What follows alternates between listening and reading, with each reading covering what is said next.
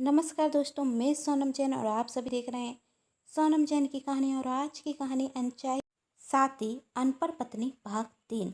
यदि आप सभी को मेरे द्वारा लिखी गई ये कहानी पसंद आए तो आप सभी जानते हैं आप सभी को करना है चैनल को सब्सक्राइब और पास में जो बेल आइकन का बटन है उसे करना है प्रेस, क्योंकि इसी से मिलेंगी आप सभी को मेरी आने वाली हर कहानी की नोटिफिकेशन।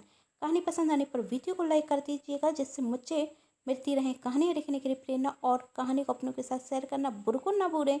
तो चलिए कहानी शुरू करते हैं। कहानी में अभी तक हम सभी ने देखा रोशनी अपने दादाजी के साथ रहती थी और उसके दादाजी उसका रिश्ता विवेक के साथ तय करते थे। लेकिन जब विवेक रोशनी के लिए शादी का जोड़ा लेने के लिए शहर जाता तो उसका एक्सीडेंट हो जाता। तभी विवेक की मौसी रोशनी की होने वाली सास से कहती, दीदी मैंने तो आपसे पहले कहा था यह लड़की अपशगुन है, जो पैदा होते साथ अपने माँ बाप को खा गई।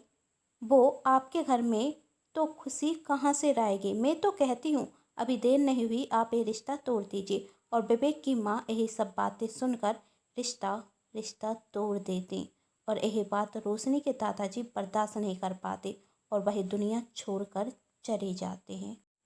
जिनेश्वर जी की गाड़ी से विवेक का एक्सीडेंट होता और जब उन्हें पता चलता कि उनकी वजह से रोशनी के साथ यह सब कुछ हो रहा है तो वह उसके गांव उसकी मदद करने के लिए जाते, जहां देखते कि गांव वाले रोशनी को मनुष्य कहकर गांव से बाहर निकाल रहे हैं। जिनेश्वर जी गांव वालों को समझाते, तब गांव वाले जिनेश्वर जी से कहते, यदि आपको इस लड़की पर इतना तरस है तो इसे अपने साथ ले जाइए। जिनेश्वर जी के पास दूसरा कोई रास्ता नहीं था, वह रोशनी को अपने साथ शहर लेकर आ जाते। पर उनके मन में कई सवाल थे। जब मेरा परिवार पूछेगा तो मैं उसे क्या जवाब दूंगा। और ऐसा ही होता। जब जिनेश्वर जी अपने घर जाते तो उनके परिवार के हर एक सदस्य उनके आगे कई सवाल खड़े कर देते। अब देखते हैं आगे जिनेश्वर जी सबके सवालों के जवाब कैसे देंगे। जिनेश्वर जी के घर पर रोशनी रह पाएगी, चलिए जानते हैं। पापा आप इस लड़की को कहाँ से उठा कर लाए, जिनेश्वर जी की बेटी रूपन ने कहा। तब जिनेश्वर जी की पत्नी महिमा कहती, कौन है ये लड़की और क्या जरूरत थी इसे यहाँ पर लेकर आने की। आप जानते हैं कि ऐसे लोग मुझे बिल्कुल पसंद नहीं। आप इसे जहाँ से लेकर आए वहाँ वापस छोड़ कर आइए। तभी जिनेश्वर जी की माँ और पिताजी ने कहा, पहले जिनेश्वर की बात तो सुन लो, आखिर क्या मजबूरी थी उसकी कि उसे इस लड़की को यहाँ पर लेकर आना पड़ा। बेटा बताओ कौन है ये लड़की। जिनेश्वर जी के पिता उनसे कहते, बेटा बताओ कौन है ये लड़की। तब महिमा जी जिनेश्वर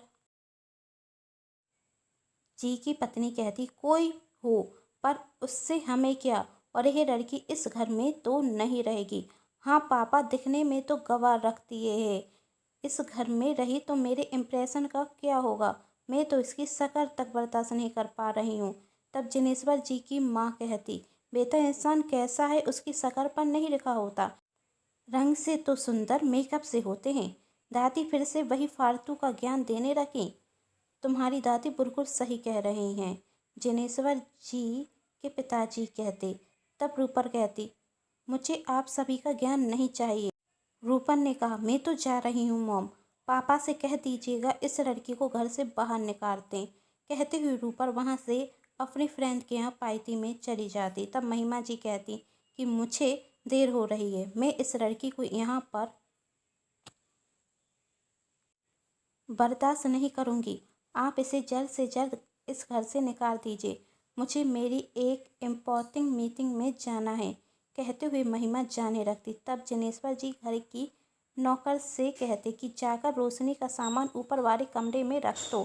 तभी महिमा जी रुकती और कहती, क्या कहा आपने, इस गवार का सामान हमारे घर में, हमारे घर के कमरे में रखा जाएगा। आप सोच कैसे सकते हैं कि यह गवार हमारे साथ रहेगी। तब जिनेश्वर जी ने कहा, देखो महिमा, अभी मेरे पास कोई ऐसी जगह नहीं कि मैं इसे रहने के लिए वहाँ भेज दूँ। कुछ टाइम इसे हमारे साथ रहना होगा और मैं इस मुद्दे पर कोई बहस करना नहीं चाहता। तब महिमा जी कहती हैं, मैं इस लड़की को कुछ सेकंड अपने घर में बर्दाश्त नहीं करूँगी। तब जिनेश्वर जी कहते, घर मेरा है, इतना तो मैं कर ही सकता हूँ कि घर में कौन रहेगा कौन नहीं। तब महिमा जी कहती हैं, यदि आपकी यही जिद है तो इस लड़की का सामान ऊपर वाले कमरे में नहीं, नौकरों के कमरे में जाएगा। और वह अपने घर की मेट मालती से कहती, जाकर इसका सामान अपने कमरे में रखो। तब मालती ने कहा, मैडम मेरे कमरे में क्यों? जितना कहा गया है उतना करो। महिमा जी ने कहा। मालती को यह बिल्कुल पसंद नहीं आता कि रोशनी का सामान उसके कमरे में रखा जाए, पर नहीं चाहते हुए मालती को रोशनी को अपने साथ अपने कमरे में लेकर जाना पड़ता, जो घर के बाहर था। और महिमा जी जनेश्वर जी से कहती हैं, इस घर में मेरी सहेलियाँ आती हैं, गांव के गवार तो इस घर में नहीं रहेंगे। आप बहुत जल्द इसका रहने का इंतजाम कहीं और कर दीजिए। मैं इसे ज़्यादा टाइम तक बर्दाश्त नहीं कर पाऊंगी। इस लड़की से अच्छे तो हमारे घर के नौकर हैं। आप जानते हैं कि हमारे घर में काम करने वाले नौकर पढ़े लिखे होते हैं, पर इसकी शक्ल देखकर नहीं लगता कि इस लड़की को पढ़ना लिखना आता होगा। ए लड़की, कहाँ तक पढ़ी है तू? तब रोशनी घबराती हुई कहती, हमारे गांव में कोई स्कूल नहीं था, इसलिए मेरे दादाजी मुझे 5वीं तक पढ़ा सके। देखिए इस अनपढ़ गंवार को इस घर से बाहर कर दीजिए। यह सुन जनेश्वर जी की माँ ने कहा, बहू कोई मजबूरी होगी तभी जनेश्वर इस लड़की को लेकर आया है। तो ऐसी क्या मजबूरी रही आपकी, बताएंगे आप? महिमा जी ने जनेश्वर जी से पूछा। तब जनेश्वर जी कहते, बताने का कोई फ़ायदा नहीं महिमा, तुम नहीं समझोगी, पर तुम मेरी ये बात अच्छे से समझ लो कि मेरी बेटी समान है, इसके साथ कभी कुछ गलत मत करना। महिमा जी वहाँ से चली जाती और जनेश्वर जी रोशनी के सिर पर हाथ फेरते हुए कहते, बेटी तुम जाकर हाथ मुँह धो लो, फिर हम खाना खाते हैं। घर की मेथ से लेकर घर का कोई सदस्य रोशनी को पसंद नहीं करता। जब रोशनी कमरे में जाती तो घर की नौकरानी मालती उससे कह देती, मेरे किसी सामान को हाथ लगाने की ज़रूरत नहीं है। मुझे पसंद नहीं कि कोई मेरे सामान को हाथ लगाए। जी, रोशनी ने घबराते हुए कहा।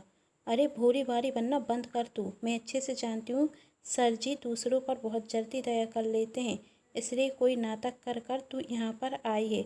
इतने बड़े घर में रहने के लिए ज़रूर तूने अपनी कोई मजबूरी बताकर उन्हें इमोशनल किया है, इसलिए वह तुझे यहाँ पर लेकर आए हैं। पर तेरा यह ड्रामा मैं ज़्यादा दिनों तक नहीं चलने दूँगी। मैं तुझे बहुत जल्द इस घर से बाहर कर दूँगी, देखना। महिमा मैडम तुझे इस घर में ज़्यादा देर तक नहीं रहने देंगी। तब रोशनी कहती, काका जी खुद मुझे लेने के लिए आए थे, मैंने उनसे नहीं कहा था मुझे उनके साथ जाना है। दादाजी और मेरे दादाजी बहुत अच्छे दोस्त हैं और चाचा जी ने मेरे दादाजी से वादा किया था कि वह मेरा ख्याल रखेंगे। काका जी मुझे लेने के लिए आए थे। क्या कहा तूने? तू कौन से गांव से है? रोशनी ने अपने गांव का नाम बताती। तब मालती हंसते हुए कहती, पगड़ी लड़की, इस घर में किसी ने गांव देखा नहीं और तुझे सरजी गांव से लेकर आए हैं। ये कहानी मुझे सुनाती, महिमा मैडम को मत सुना देना, वरना वह तुझे घर से बाहर कर देंगी। हंसते हुए मालती कहती और कहती, तेरा यह नाटक सिर्फ सरजी और उनके मम्मी पापा तक चलेगा और तेरे इस नाटक में कोई और विश्वास नहीं करने वाला। हम कोई नाटक नहीं कर रहे हैं। रोशनी ने घबराते हुए कहा, हम सच कह रहे हैं। तब मालती कहती, अब मेरा दिमाग खराब मत कर, मुझे बहुत काम है, मैं चलती हूँ। वैसे तेरे माँ पापा कहाँ रहते, क्या नाम है उनका? उन्हें पता है तू यहाँ पर आई है?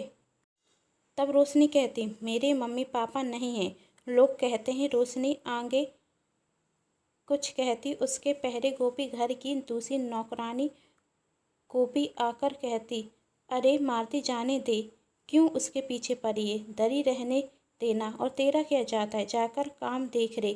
यदि महिमा मैडम आ गई, उन्हें अपना काम परफेक्ट नहीं मिला तो तू जानती है उनकी महिमा तेरे ऊपर हो जाएगी और उनका गुस्सा तू तो बर्दाश्त नहीं कर पाएगी। इस लड़की को यहाँ पर कैसे रहना है वह मैं इसे समझा दूंगी, तू जाना। मालती वहाँ से चली जाती और रोशनी से कहती, नाम क्या है तुम्हारा? जी रोशनी, रोशनी ने कहा। तब गोपी कहती, बहुत अच्छा नाम है। अच्छा एक काम करो, वही बाथरूम में, तुम वहाँ जाकर हाथ मुँह धोकर तैयार हो जाओ। और क्या कह रही थी तुम्हारे मम्मी पापा नहीं हैं? तब रोशनी कहती, हाँ मेरे मम्मी पापा नहीं हैं, लोग कहते हैं कि पैदा होते साथ मैं उन्हें खा गई। यह सुन गोपी को बहुत बुरा लगता और वही महिमा के सिर पर हाथ फेरते हुए कहती, देखो यह बात तुमने मुझसे कहती, आज के बाद किसी से मत कहना। मैं नहीं जानती कि तुम कहाँ से आई हो, तुम्हारी क्या मजबूरी है, पर अब मैं तुम्हारी बड़ी बहन समान हूँ। तुम्हें इस घर में कोई परेशानी हो मुझसे कहना, मैं तुम्हारी मदद जरूर करूँगी। ठीक है दीदी, रोशनी ने हल्की सी मुस्कान के साथ कहा। तब गोपी कहती, इस तरह मुस्कुराते रहा करो, अच्छी लगती हो। और हाँ, मालती से थोड़ा बचकर रहना, उसका गुस्सा बहुत तेज है। वैसे इतनी बुरी नहीं है, पर गुस्सा उसे बहुत आता है। वह जो कहे वही करना। और घर पर महिमा मैम, उनके बेटे और बेटी से दूर रहना। उनके सामने कोई ऐसी गलती मत करना जो उन्हें पसंद ना आए। और जब वह घर पर हो तो तुम तो उनके पास मत जाना, समझ गई? समझ गई दीदी, अब तुम तैयार हो जाओ, मैं तुम्हारे लिए खाना लेकर आती हूँ। कहते हुए गोपी वहाँ से चली जाती। मालती जितनी तेज थी, गोपी उतनी अच्छी थी। वह रोशनी का दर्द समझ रही थी। उसे नहीं पता था रोशनी के साथ क्या हुआ, पर उसे लग रहा था वह अच्छी लड़की है। और वहाँ जनेश्वर जी से उनके माँ और पिताजी पूछते, जनेश्वर कौन है ये लड़की? तू इसे यहाँ पर लेकर क्यों आया है? पहले तो इसे कभी नहीं देखा। जनेश्वर जी उन्हें पूरी सच्चाई बता देते कि किस तरह गाड़ी के ब्रेक फेल होने पर उनकी गाड़ी से विवेक का एक्सीडेंट होता, और इस सब में रोशनी की शादी टूट जाती और उसके दादाजी चले जाते, और गांव के लोग उसे मनुष्य कहकर गांव से बाहर निकाल रहे थे। तो मुझे कोई और रास्ता नहीं सूझा और मैं रोशनी को अपने साथ इस घर में लेकर आ गए। रोशनी से मैंने कहा कि आप उसके दादाजी के अच्छे दोस्त हैं, तो जब रोशनी आपसे इसके बारे में पूछे तो कह देना कि आप उसके दादाजी के अच्छे दोस्त हैं। ठीक है बेटा, यह तो तूने अच्छा किया, पर महिमा रोशनी को इस घर में रहने नहीं देगी, तो मैं क्या करता माँ बापूजी, मेरे पास कोई और रास्ता नहीं था। ठीक है, अभी रोशनी को इस घर में रहने देते हैं, फिर बाद में देखते हैं करना क्या है। जनेश्वर जी के माता पिता ने कहा। आगे की कहानी देखने के लिए चैनल को कर लीजिए सब्सक्राइब, क्योंकि जब मैं लेकर आऊँ कहानी का नया भाग तो आप सभी को पता चल सके। उम्मीद करती हूँ आप सभी को मेरे द्वारा लिखी गई कहानी पसंद आ रही है। कहानी पसंद आ रही है तो आप सभी जानते हैं आप सभी को करना है चैनल को सब्सक्राइब, पास में जो बेल आइकन का बटन है उसे प्रेस कर देना है, और वीडियो को लाइक करना है और अपनों के साथ शेयर करना है। Thanks for watching.